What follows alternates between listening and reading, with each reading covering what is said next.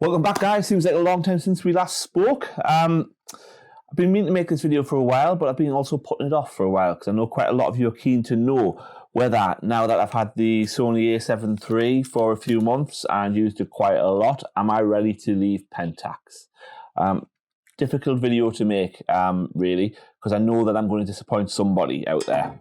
I've had messages via Facebook Pentax groups, by YouTube itself, from people who really, really want me to hate Sony and insist that I'm staying with Pentax. And equally, I've had messages from people who really, really want me to love Sony and come here and bash Pentax and say that it's time to move over and that everybody should do the same. So I thought what I'd do is, as much as I possibly can, talk you through the differences and my experience, and it's very much my experience, and you should remember that I primarily shoot portraits in a studio environment, and that should inform your view about what I think about the different cameras, and then just what I've decided to do.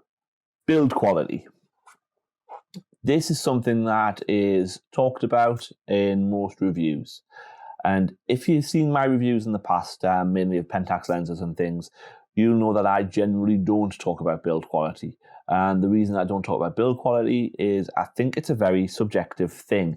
Just because something feels good in your hand doesn't mean it's well made. And just because it feels cheap in your hand doesn't mean it's badly made. And for that reason, I've always struggled to comment on build quality. What I will say is both these cameras feel very solid in your hand.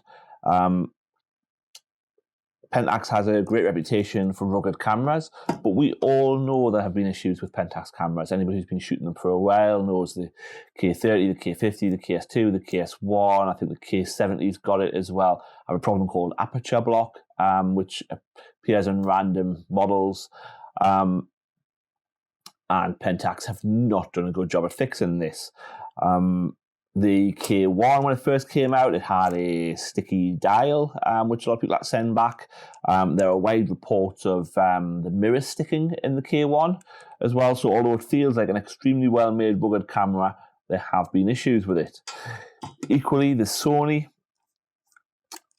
people say that the weather sealing is not as good, and to be fair, the A7III isn't advertised as a weather sealed camera. It's basically advertised as being splash proof with the right lens in place. Having a look for known issues with the A7III, the one recurring thing seems to be that some people have problems with the shutter, with it catching when it's the mechanical shutter, and having to send it in for repair.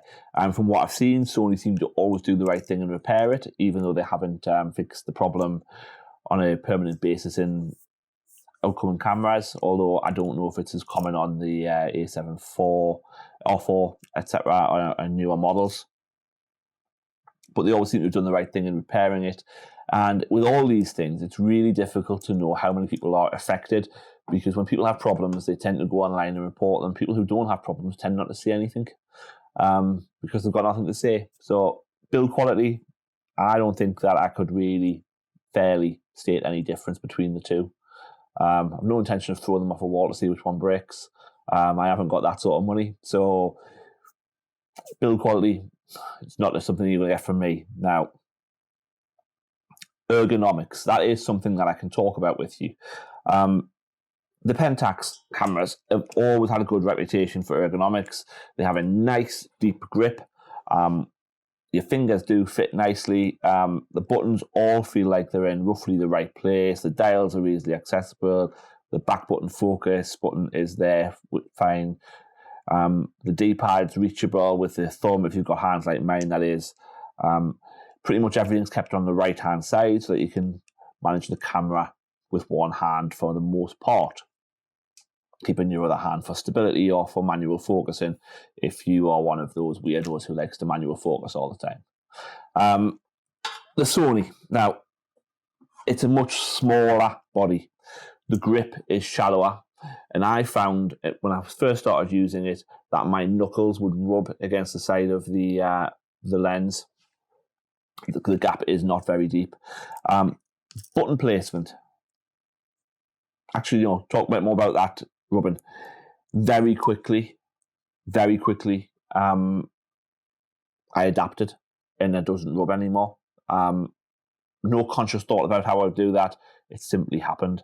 So I imagine that for anybody else, it would be exactly the same. Button placement is actually very similar to that of Pentax. They've kept everything off the left-hand side where they can. In fact, there's only a menu button and a custom button on the left-hand side. So pretty much the whole camera can be operated right-handed. Most of the buttons are in virtually the same place that they are on the Pentax camera, on the K1. In fact, you could think they'd modeled themselves on each other, so it feels very easy to pick it up and start using it, to be honest. Not much to say there. The usability, despite the reviews and it being one of the major criticisms of Sony cameras, I haven't had a major issue. As I say, the only thing is that the grip is a little bit shallower than I would ideally like. I haven't bought a battery grip because I've just been getting used to the camera. So then we move on to image quality. Now, image quality is a bit of an unfair comparison, I think. The K1 is 36 megapixels. The A7 III is 20. So 24? Might be 20, 24. I'll look it up and put it on the screen. Now, I always have two bodies whenever I go shooting. But as I'm not an event shooter, I don't believe in having exactly the same body so that you can put your fingers in exactly the same place. I like to have two types of cameras that can do two different things. I don't believe there's such a thing as a perfect all-round camera. So before I got the Sony, I had the Pentax K3, and I liked to use the Pentax K1 for portraiture. For things where I knew I was going to need high resolution, where I knew there was possibility I was going to have to crop it and still print it quite large. And I used the K3 where I needed the faster frames per second, that little bit more reach. So the cameras complemented each other. And I think it's true to say that these two cameras complement each other as well. The Sony is smaller megapixels, but it hasn't got the reach of an APS-C, obviously, but it's got the faster frames per second. It's got more tracking autofocus. So this could be a portrait camera. This could be your day-to-day action camera, kids' sports days, that sort of thing. But when it comes to image quality, there's not much in it, really. This is 36 megapixels, so of course it's going to be a little bit sharper, have a little bit more detail. This is only 20/24, which essentially means it's better in low light.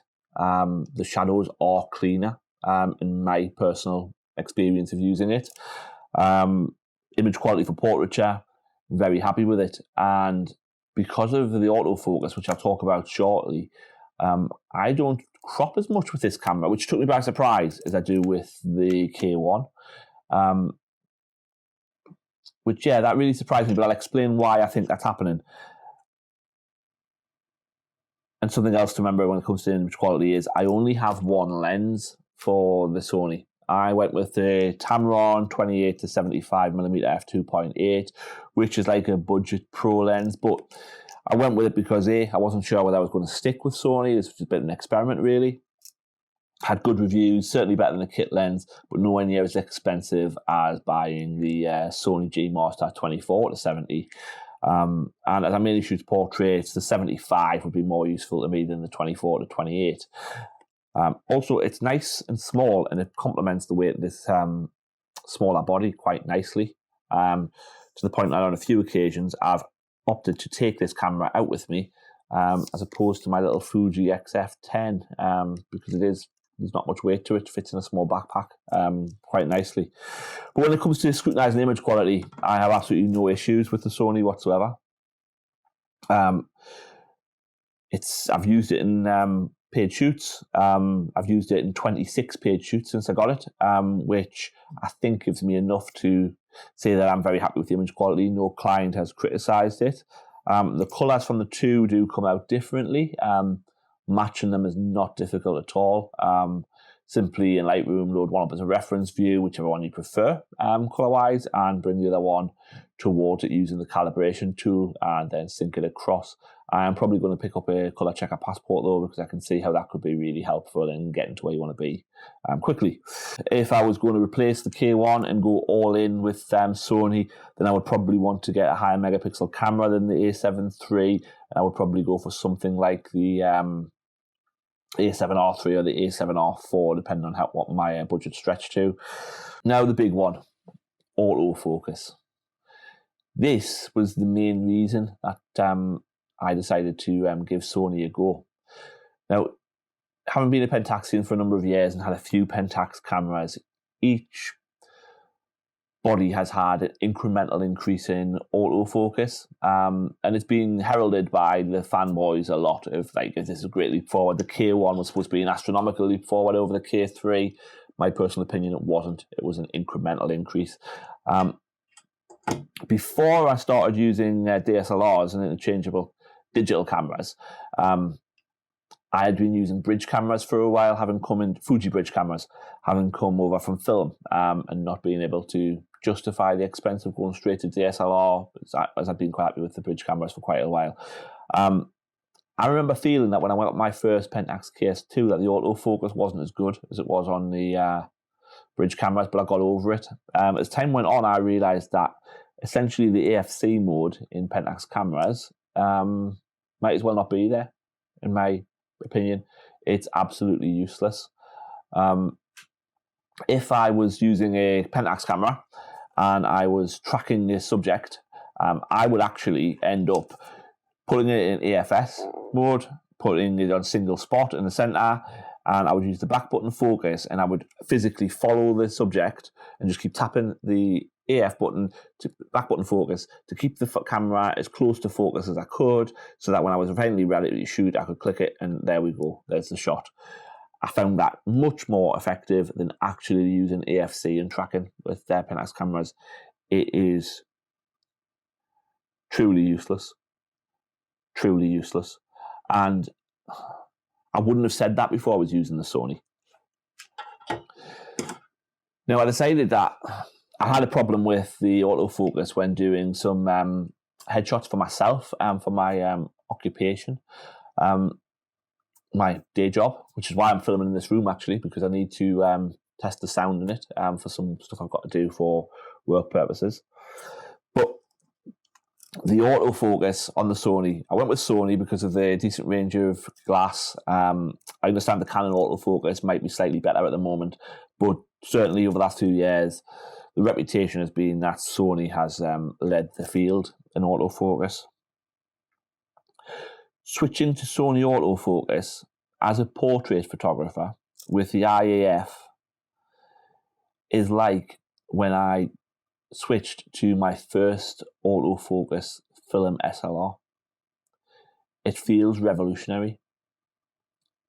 It allows me to concentrate on the engagement with my subject far more, and on my composition far more. It allows me to forget the camera is there. And it's quite hard to explain how good that is, really. Unless you've used it, it's very difficult. I mean, I knew it was supposed to be good, but I didn't believe the hype. As far as autofocus is concerned, particularly with continuous and tracking, I never take this out of continuous mode, in fact. This is not a bit better than this. This is 15 years ahead of this. It's quite shocking how far this has come, and it does make me worry for the K3 that they've got a long way to come. Now, in sort of this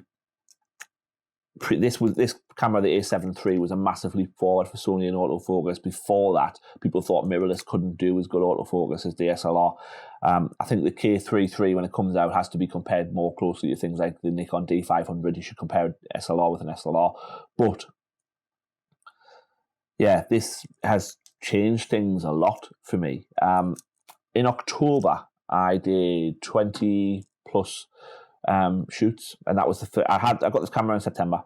I did 20 odd shoots in October of this year. Now, they were all mini portrait sessions with kids. Now, my portrait sessions are all about engagement and looking for a genuine, real reaction from the kids. Something that when you look at the photo, you feel like it's a real human being, and the parents recognise that human being as their child, and not their child posing or their child feeling awkward. So I'm very engaging. I talk constantly to the kids. We talk a lot about poo and pumps and wee and snot and things like that. Now, I started out the shoots. I thought, after having played with this with my own family for about 2 or 3 weeks, I'll bring this along and I'll take a few shots with this at the end just to get used to it. So that's what I did on the first shoot. On the second shoot, I took a few more. Then I got a chance to look at the results, was happy with the results. The third shoot, I did a few more.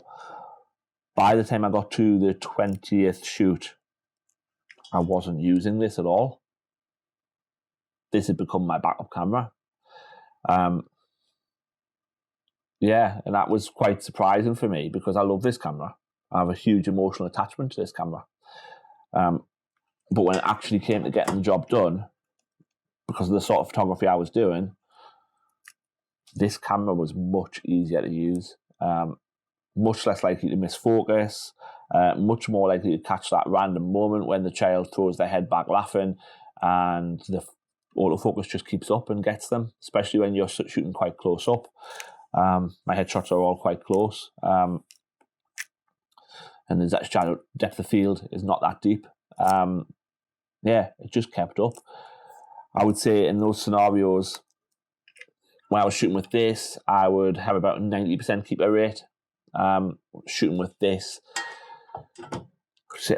actually the first shoot that I really did the count on, I'd taken 500 photos in a day roughly, and I think there was only 7 where the focus had missed.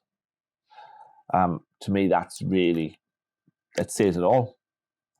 So will I actually be switching from Sony to Pentax, from Pentax to Sony fully? That's a harder question. And it's difficult to answer, if I'm being honest. Yeah, I'm thinking a little bit here as I'm talking because I'm still haven't really decided, which is one of the reasons that I've put this video off for quite so long. If I shot landscapes, I'd stick with the Pentax, probably,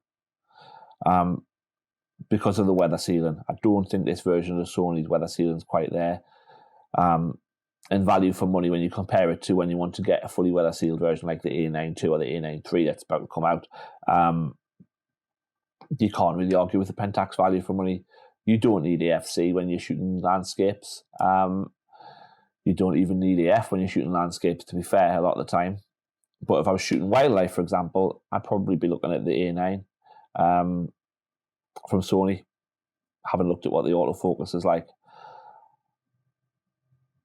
But I have this huge emotional, I think we all have, well, maybe not all of us, but my logical brain knows a camera is just a tool. If it works well for you, then use it. If it helps you do your job in a more effective manner, then use it. And dump the one that doesn't. But photography for me has always held an emotional connection. I really got into photography when my granddad died, and I inherited his Zenit 1984 Moscow Olympics SLR, which weighs more than my car. But I used it a lot because I already enjoyed photography, but I only ever had a point and shoot, and it felt like I was connected to him when I was using it. It took me a long time to be willing to let that camera go. I've still got it, but to move on to another camera, when I bought a Canon autofocus film SLR, that was a huge leap for me. The letting go of the Zenit felt like letting go of something else. And it's sort of similar with Pentax, really. I found my way back to photography through my Fuji bridge cameras, which my wife bought one for me when we'd had some... I had a bit of a difficult time, really, and I needed some time on my own. So we started going out and taking landscape photography again. As time went on, I decided to come back to SLRs, and I bought a Pentax KS2. Then I started to get people wanting to pay me to do photography, and I found a love for portraiture, and I picked up a Pentax K3 as a backup body. And then as it started to get serious, my wife bought me this K1 as a Christmas present. I'd been lusting after it, but I never felt like I could justify that sort of money on a camera for what was essentially just a hobby. And so this camera for me sort of signifies me starting to get serious about portrait photography. It was bought by my wife, so there's a huge emotional connection there. So I struggle with the idea of getting rid of Pentax cameras entirely, and particularly this one because of the fact of where it came from. But then I look logically, and I think this does a phenomenal job for what I'm doing 90% of the time. I love using it. Maybe I should consider picking up an A9 or an A7III or an A7R4 for either the higher megapixels or the better weather sealing in the context of the A9. I've probably got about $8,000 worth of Pentax gear, lenses and things. I could easily finance my switch to Sony by selling those. One of the things that having this single lens for Sony has taught me is actually that you don't need all the lenses I've got. I've got a stupid amount of lenses. And yeah, there's been no scenario that I've dealt with in the studio so far that I haven't been able to use like this 28-75 lens. Now, I'm not saying that's permanent and that I wouldn't like to, because actually when I shoot with this, I use the 70-200 just as much as I use the 24-70. Or I use my 77 quite a lot, and I use my 100 macro quite a lot as well. But yeah, sale of the Pentax gear would facilitate a transition to Sony, and the Sony is definitely more useful for what I'm doing. There's an emotional element there, so I haven't decided, really. My head says, just sell my Pentax gear, buy a second Sony body, start building up the glass that I need. And my heart says, I love this camera. For some indescribable reason. It weighs an absolute ton. It doesn't do what I need it to do some of the time. It produces incredibly good quality pictures. But so does this, to be fair. Probably not quite as good, but there's not enough in it to justify anything. And if this was shooting at 36 megapixel, I'm sure it would be just as good, to be honest. Yeah, so I haven't decided. And I'm not going to say just to please you in this video. But I will have to decide sooner or later. But I am looking at further Sony glass, which tells me that I'm headed that way. I was thinking about buying the 85 1.4 for this. It's not going to happen now. I always thought it was overpriced, but you're starting to see them really cheap on the used market, which I don't know if that's a good thing or a bad thing, to be honest. But actually, I'm thinking more about picking up an 85 for this, or maybe a 105. That's another thing about the Sony system. There is so much good quality third-party glass available, modern third-party glass that seems to work just as well for the Sony system as there is actual Sony glass.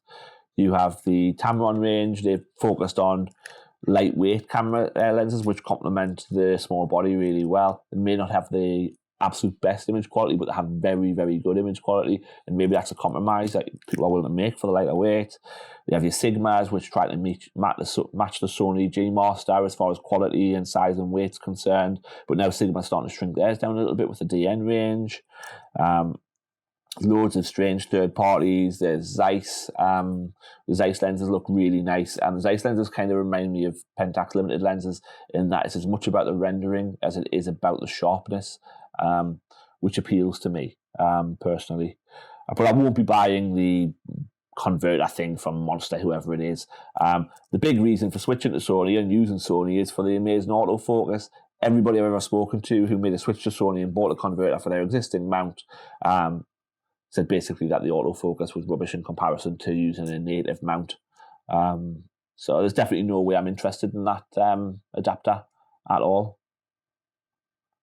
Anyway, I hope that's been remotely helpful to anybody out there who's considering the same sort of thing.